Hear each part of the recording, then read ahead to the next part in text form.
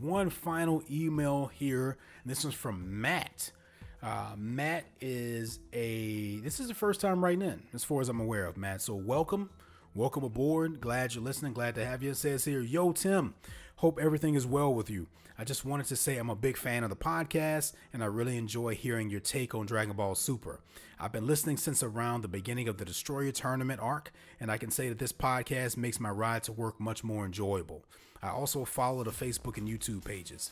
As someone who has watched all of the subs, my heart still belongs to the English dub, as that's what I grew up watching. That being said, it's great to hear your spin on things, and you really dissect each episode in a way that showcases things we might have missed watching an episode the first time around. It's a bit of a random question, but I'm curious on your take. Whose training was most beneficial to Goku? Master Roshi, King Kai, or Whis? Keep up the good work, man. I look forward to what's in store for the future with this podcast. Matt, thank you so much for writing in. So you've been listening that long and it took you this long to write in? Come on, man. I need you guys to write me so I can spend 40 minutes reading emails. I'm just kidding. Thanks a lot. So, wow, that is one hell of a question there.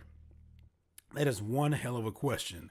Whose training was most beneficial to Goku? Master Roshi, King Kai, or Whis?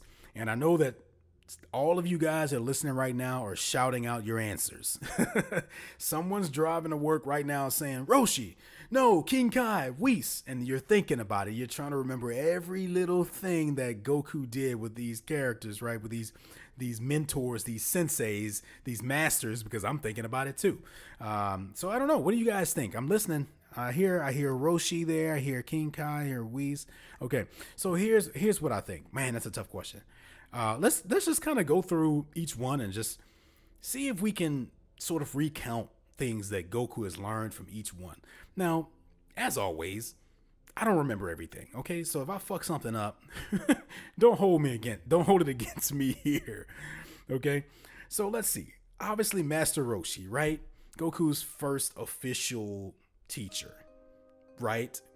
Now, once again, I haven't seen all of Dragon Ball.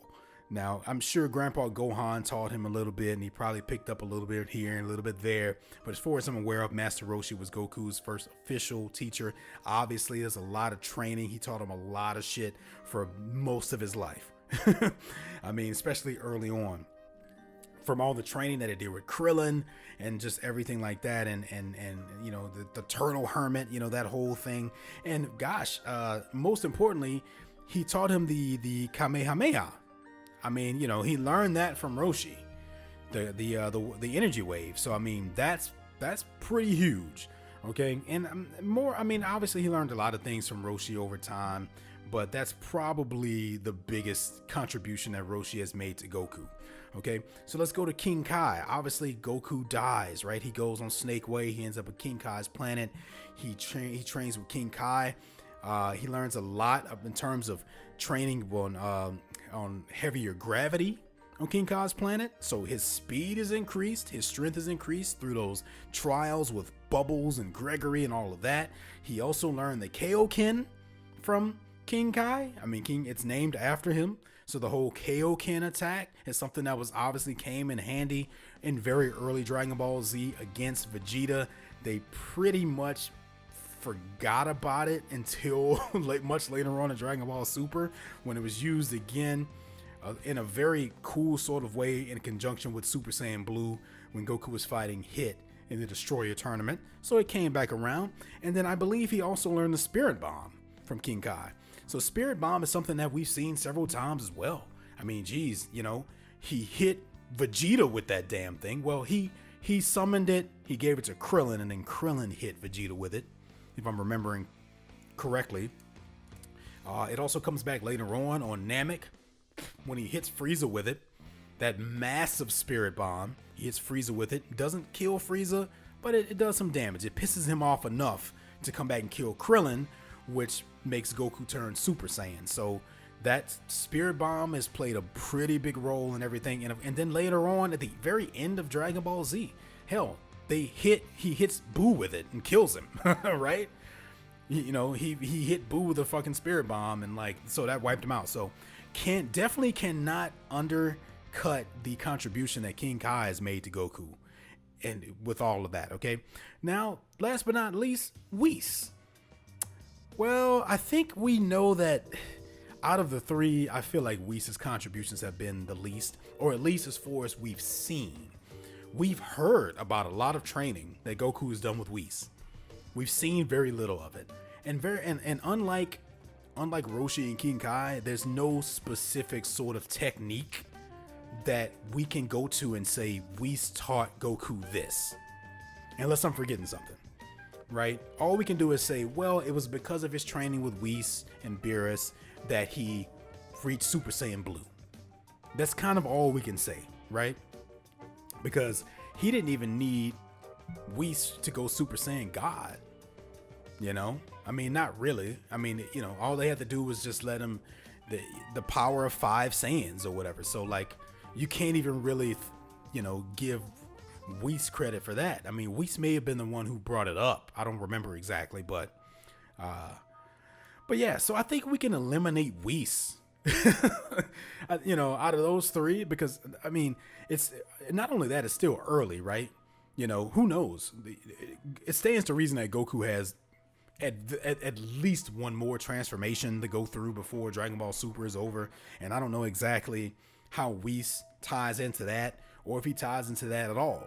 So the effects of Whis' training have yet to be seen, right? Because the story isn't over. So for all those reasons, I think we eliminate Whis from the running. So then it comes down to Master Roshi and King Kai. Man, you know what? When I first read this email, I had an idea of which one I was going to go with, but now that I'm talking about it, I think I'm going to change my mind here. I don't know. It's very tough. It's very, very tough. No, you know what? I'm going to go with my original idea here. And I want to say Master Roshi. Here's why I'm going to say Master Roshi. The Kamehameha wave.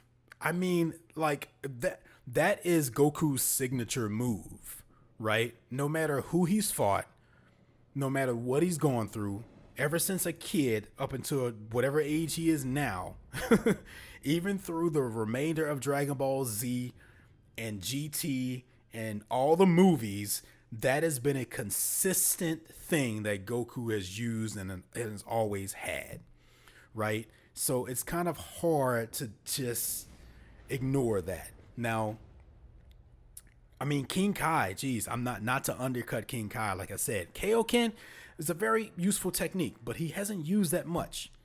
And Spirit Bomb, once again, when it was used well, and it was very impactful. We definitely felt the effects of it, but it hasn't been used that much. You know, when you think about it, it's only been used a handful of times. The Kamehameha, on the other hand, I mean, shit, that's Goku's trademark move, right? So without that, it stands to reason that Goku probably wouldn't be as successful of a fighter that he has been. So I'm going to have to say the winner has to go to Master Roshi. I'm sure he'd be happy to hear that. Okay. Let me know if you agree or disagree with that. You know, send me an email. Guys, look, you're already here, okay? You might as well go ahead and watch another video. I mean, why waste your time going anywhere else? Plenty of videos right here, right in your face. Go ahead and click. Make sure you head over to facebook.com/rockthedragonpodcast. Like, subscribe, share, comment. You know it. Do it all, baby. We're going to do it. It's a good year. Yeah, I'm running out of time.